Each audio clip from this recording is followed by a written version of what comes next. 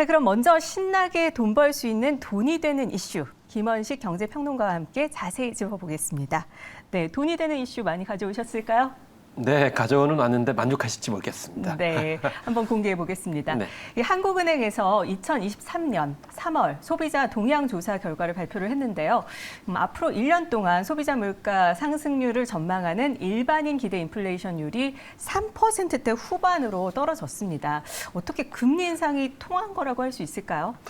일단은 금리 인상에 대한 잠재적인 예상치, 그러니까 금리가 앞으로 계속 오를 것이다, 이런 부분들이 잠재적으로 깔려 있는 측면이고요. 직접적으로는 지금 유가가 안정세에 있습니다. 그래서 지난해 말부터 배럴당 7, 80달러 선으로 떨어졌다가 지금 이달 들어서는 70달러대로 지금 바뀌고 있는 그런 상황이거든요. 그러면서 이 국내 소비자 물가 지수 CPI 오름세도 둔화되고 있는 그런 상황이기 때문에 네. 이 물가 상승에 대한 소비자들의 우려가 좀 옅어진 것이다, 이렇게 보시면 되겠습니다. 네, 지금 표로 나가고 있는 모습인데 우리가 궁금해지는 건 사실 실제로 물가가 과연 떨어질 것인가, 이게 궁금한 것인데 과연 반영이 될까요? 일단 금리에 대한 그런 인상 예상을 하고 있기 때문에 이제 쉽게 소비 심리가 이제 많이 이루어지진 않을 것 같고요. 향후에 공공요금 인상에 대한 기대 인플레이션이 이제 반등할 여지가 좀 있습니다. 이 공공요금은 물가 기대 심리에 상당한 영향을 주는 것이 사실이라고 볼 수가 있기 때문에요. 그래서 이 1년간 소비자 물가 상승에 영향을 미칠 주요 품목을 물어보니까 공공요금이라고 대답한 응답이 81.1%에 해당이 됐습니다. 네네. 전달보다는 6.6% 올랐지만은 여전히 높은 그런 상황이고요. 특히 오는 31일에 2분기 전기 가스 요금 인상폭을 발표할 예정이기 때문에 이런 부분도 물가에 영향을 줄 것 같습니다. 외식 등 이 서비스 물가 상승에 대한 주목도도 높아졌는데요. 물가 상승에 영향을 미칠 품목으로 개인 서비스를 꼽은 비중이 전달보다 5.9%, 거의 6%나 뛰어가지고 20.7%를 기록을 했습니다. 앞서 통계청은 지난달 음식 서비스 물가가 1년 전보다 7.5% 뛴 것을 집계를 했는데요. 지금 현재 점심 식사가 다가오고 있는데 아마 네. 점심 식사할 때 참 고민 많이 되실 정도로 지금 바깥에서 음식 사 드시기가 힘든 그런 상황이어서 이런 외식 물가에 관련된 그런 상승 압박 요인도 여전히 물가에 영향을 미치고 있다, 이렇게 보시면 되겠습니다. 왜냐하면 네. 아직도 올리지 않은 음식값들이 아직 있기 때문에 이런 점을 좀 예의주시해야 되겠습니다. 그렇다면 또 궁금해지는 게 금리 인상 기조는 어떨지. 아직까지 연준은 금리 인상을 멈출 의사가 없다고 밝혔는데 한국은행도 같은 기조로 가게 되는 걸까요?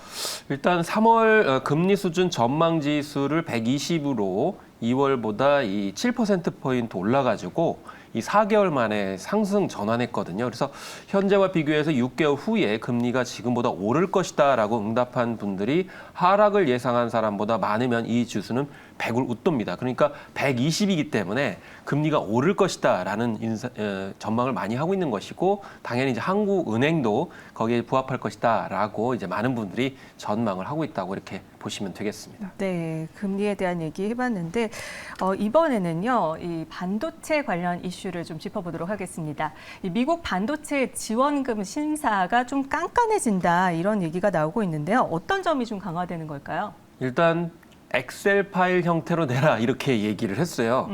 상무부가 예상 현금 흐름, 그러니까 수익을 얼마나 낼 것 같냐, 이런 것들을 추계해가지고 내도록 요구를 했는데 네. 엑셀 파일로 내라고 한 것이죠. 그래서 이게 왜 엑셀 파일로 내라고 하냐면, 엑셀 파일 여러분은 잘 아시잖아요. 이게 산출 방식을 구체적으로 다 검증을 할 수가 있는 거거든요. 단순히 숫자 로 이제 제시한 것보다도 훨씬 더 그들이 검토할 수 있는 여지가 많다는 건데, 그래서 이 산출 방식을 실제로 검증할 수 있는 방식으로 내라, 이렇게 얘기한 겁니다. 그래서 이게 왜 그렇게 하느냐? 첫 번째는 적정 지원 규모를 이제 정확하게 우리가 파악을 하겠다라고 미국 측에서 요구를 하고 있는 거고, 두 번째는 예상보다 큰 이익을 남길 경우에는 일정 부분을 자기들의 국고로 환수하겠다라는 의도에서 이렇게 엑셀 파일 형태로 내라라고 하는 건데요. 네네. 그러면 구체적으로 뭘 이제 엑셀 파일에 넣어야 되느냐라면은 생산 라인과 관련해서는 웨이퍼별로 종류별 생산 능력, 심지어는 학과별 수율, 이 수율이라는 건 결함이 없는 합격품의 비율을 수율이라고 하거든요. 네네. 이것까지도 정확하게 내라. 뭐 가동률, 또 연도별 생산량, 또 판매 단가 이런 부분도 있고요. 소재와 관련해서는 사용된 소재뿐만이 아니고 소모품이나 화학품까지도 구체적으로 적시를 하고 소재별 비용까지도 적도록 하고 있습니다. 그리고 인건비도 굉장히 구체적이어서요. 엔지니어와 기술자, 관리자의 직원 유형별 고용 인원까지도 구체적으로 다 집어넣어라. 와, 너무 이렇게 많은 얘기를 거 하고 있기 아닌가? 때문에 와, 이건 뭐 네. 그 사내에 있는 모든 정보를 다 집어넣어라 하는 것도 이제 이렇게 알을 수 있을 정도로 너무 이렇게 빡빡한데요. 상세하게 넣도록 네. 하고 있습니다. 네, 너무 빡빡한 요구를 하고 있는데 수율은 사실 반도체 제조 경쟁력의 주요 지표라고 할 수 있는데 이런 특정 시설의 실제 수율을 공개해라. 이거는 영업 기밀을 다 노출시켜라 이렇게 볼 수 있는 거 아닌가요? 그래서 일부에서는 반도체 업계에 계신 분들이 미 정부가 보조금을 미끼로 반도체 기업들의 영업 비밀을 확보하겠다는 의도가 있는 거 아니냐 이렇게 반발하고 있는 모습이 나오고 있습니다. 그래서 삼성전자나 SK하이닉스 등 국내 반도체들은 상무부가 선을 넘은 거 아니냐, 너무 과도하다 이렇게 얘기를 하고 있고 네. 심지어 일부 기업 같은 경우는 북미 지역 사업을 좀 그만둬야 되는 거 아니냐. 심지어는 상당수의 기업들이 31일 날 시작되는 보조금 신청을 좀 유보할 것이 예상되는 그런 상황까지 가고 있습니다. 그러니까요. 네. 사실 반도체 기업들의 핵심 지표인 수율 같은 경우는 전 세계 업체들이 공식적인 수율을 공개하지 않고 있는데 그걸 공개하라고 요구를 하고 있는 거거든요. 그래서 사실상 해당 기업의 경쟁력을 모두 다 파악을 할 수 있기 때문에 이 한국의 모든 기업들의 핵심적인 경쟁력을 파악하려는 의도다. 라고 볼 수 있는 건데 다만 미 상무부는 이게 의무사항은 아니고 그냥 지침일 뿐이다. 라고 이제 언급은 하고 있어요. 실제로 2021년에 자동차 반도체 대란 당시에도 재고량과 고객사 정보 등 26개를 구체적으로 내라 이렇게 얘기했습니다마는 우리 기업들은 이건 내부 기밀이다. 라고 해서 제출하지는 않았어요. 근데 이번에는 좀 그때와는 상황이 다른 게 그때는 어떻게 다른가요? 그때가 보다 다른 게 지금은 수억 달러 규모의 보조금을 주겠다라고 얘기를 하고 있기 때문에 심지어 이게 총 규모가 390달러, 억 달러. 그러니까 우리 돈으로 50조 정도 되거든요. 어떻게든 받아야겠네요. 받으려면 네. 이거 이제 고민이 되는 거죠. 이게 영업비밀을 좀 알려주고 보조금을 더 받을 것인가. 이런 상황이 돼서 이제 기업들의 고민이 있다라는 겁니다. 네. 그리고 앞으로 또 반도체 지원법 세부 지침 아울러서 다음 달 중으로 또 뭐가 발표가 되냐면 네네. 반도체 장비 수출 제한 조치와 관련된 새로운 규정을 또 내놔요. 그러면 이것까지 또 발표를 하게 되면 이것도 눈치 봐야 되고 저것도 눈치 봐야 돼서 우리 영업 비밀인 수율을 공개를 어느 정도까지 해야 되는 거 아니냐 이런 고민에 이제 빠지게 되는 것이죠. 네. 그래서 향후에 보조금 신청이나 심사 과정에서 기업들의 내부 기준에 맞춰가지고 정말 어느 정도까지 다 달라고 하는 것인지 일부만 달라고 하는 것인지 네네. 이런 수위에 대해서 후속 협상이 있지 않겠는가라는 것이고 여기에 따라서 또 우리 반도체 기업들의 또 고민이 달라질 것으로 이렇게 전망은 되고 있습니다. 네, 너무 요구하는 게 많은 게 아닌가 이런 우리를 생각을. 너무 의식하고 또 네. 미국이 자국의 어떤 반도체 산업을 육성하기 위해서 꼭 보조금을 몇 개로 꼼수를 이렇게 쓰는 거 아닌가 이런 네. 이제 지적도 나오고 있습니다. 기밀을 빼가려고 하는 이런 네. 시도가 아닌가 이렇게 보이는데 국내 반도체 기업의 타격이 좀 있을까요? 당연히 타격이 있겠죠. 그래서 일단은 우리 영업 비밀이기 때문에 그것들을 이제 미국의 반도체 기업들이 알 수 있을 정도로 하기 때문에 이런 점에서 타격이 있을 수밖에 없는 거고요. 그래서 당장에 우리 반도체 기업이 어려운 그런 상황이기 때문에 이 어려운 시기에 보조금 때문에 영업 비밀을 알려주는 그런 오류를 저지르는 것 좀 막아야 되기 때문에 그런 네. 점에서 좀 어려운 시기를 잘 지켜야 될 것 같습니다. 네, 지원도 좋지만 조심스럽게 접근을 하는 것이 좋을 것 같습니다.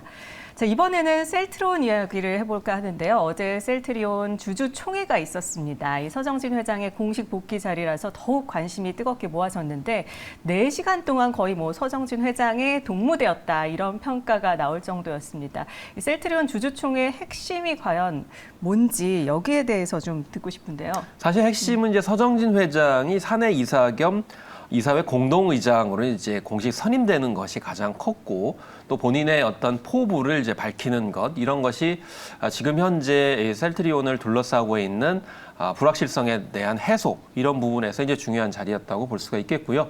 물론 전반적인 분위기는 굉장히 솔직하고 인간적이고 좀 신뢰를 주는 형태로 분위기가 형성됐다는 겁니다. 사실 2021년 3월에 경영 일선에서 스스로 물러나면서 자신은 언제든지 소방수 역할을 하겠다. 그러니까 위기의 환경이 오게 되면은 현직에 돌아올 것이다 이렇게 이야기를 했었거든요. 그래서 지금 현재 경제적인 어떤 불확실성이 굉장히 크기 때문에 올해는 미국을 비롯한 주요 시장에서 셀트리온이 글로벌 점유율 확장을 할 수 있는 호기라고 이제 판단이 들었기 때문에 위기 상황 속에서 선제적으로 이렇게 선임하는 것이 필요하다라는 것이 바로 현 경영진의 입장이었습니다. 그래서 이 서 회장을 그룹 상장 3사죠. 셀트리온 헬스케어 그리고 셀트리온 제약까지 포괄하는 이 3사의 사내 이사로 임명을 했고 또 이제 각 아들 차남 장남과 함께 공동 의장을 이렇게 역임하게 됐습니다. 네, 이렇게 서정진 회장의 복귀와 함께 수년째 이어지고 있는 셀트리온 합병. 올해는 과연 현실화가 될 수 있을까요? 네, 이 점의 부분에 대해서는 이제 명확하게 이야기를 했는데요. 특히 합병은 금융감독원 행정 절차가 이제 7월에 마무리가 이제 되기 때문에 합병에 대한 생각은 변함이 없다 이렇게 밝혔습니다.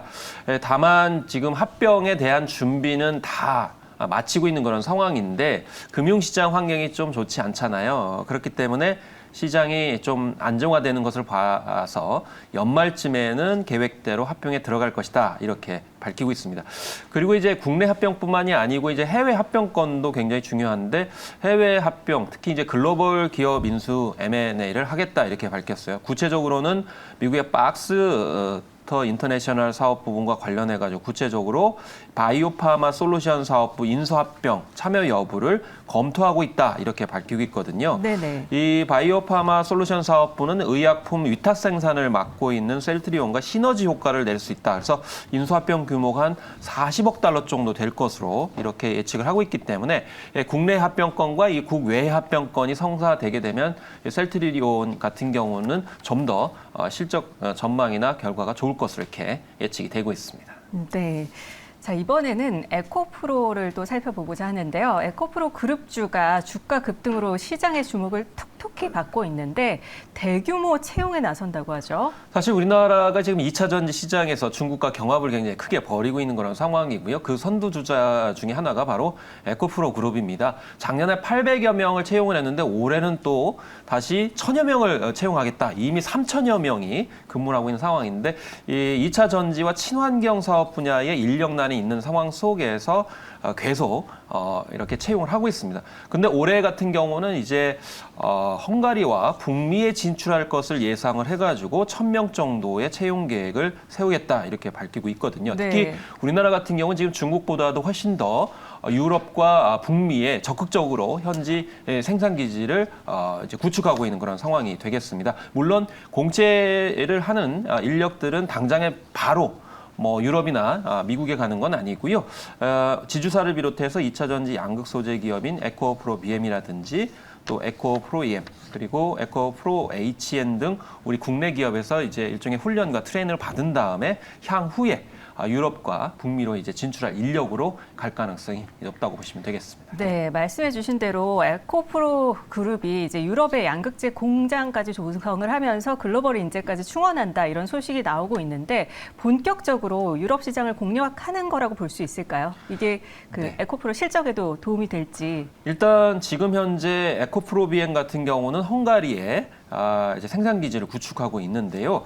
4월 19일 날 착공식을 이렇게 가질 것이라고 발표를 하고 있습니다. 네네. 2021년에 이미 9,700억 원을 투자하겠다고 밝힌 곳이고 또 에코프로 BM의 첫 해외 거점이기 때문에 굉장히 중요합니다.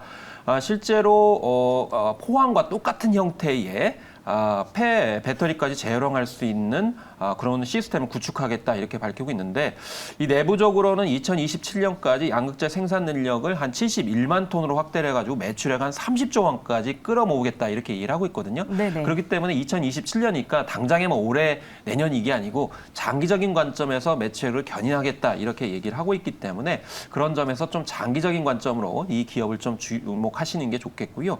그리고 국내 포항 캠퍼스도 추가로 전구체 공장을 2개 더 이상 더 마련할 계획이다 이렇게 밝히고 있기 때문에 해외와 국내의 2차 전지 친환경 사업 부분이 더 확장 일로에 있기 때문에 아까 말씀드린 것처럼 이제 인력이 계속 필요해서 아마 올해뿐만 아니고 내년에도 채용 규모가 늘 것으로 이렇게 전망할 수 있겠습니다. 네, 고맙습니다. 이 김원식 경제평론가와 함께 오늘의 돈이 되는 이슈 짚어봤습니다. 고맙습니다. 네, 감사합니다.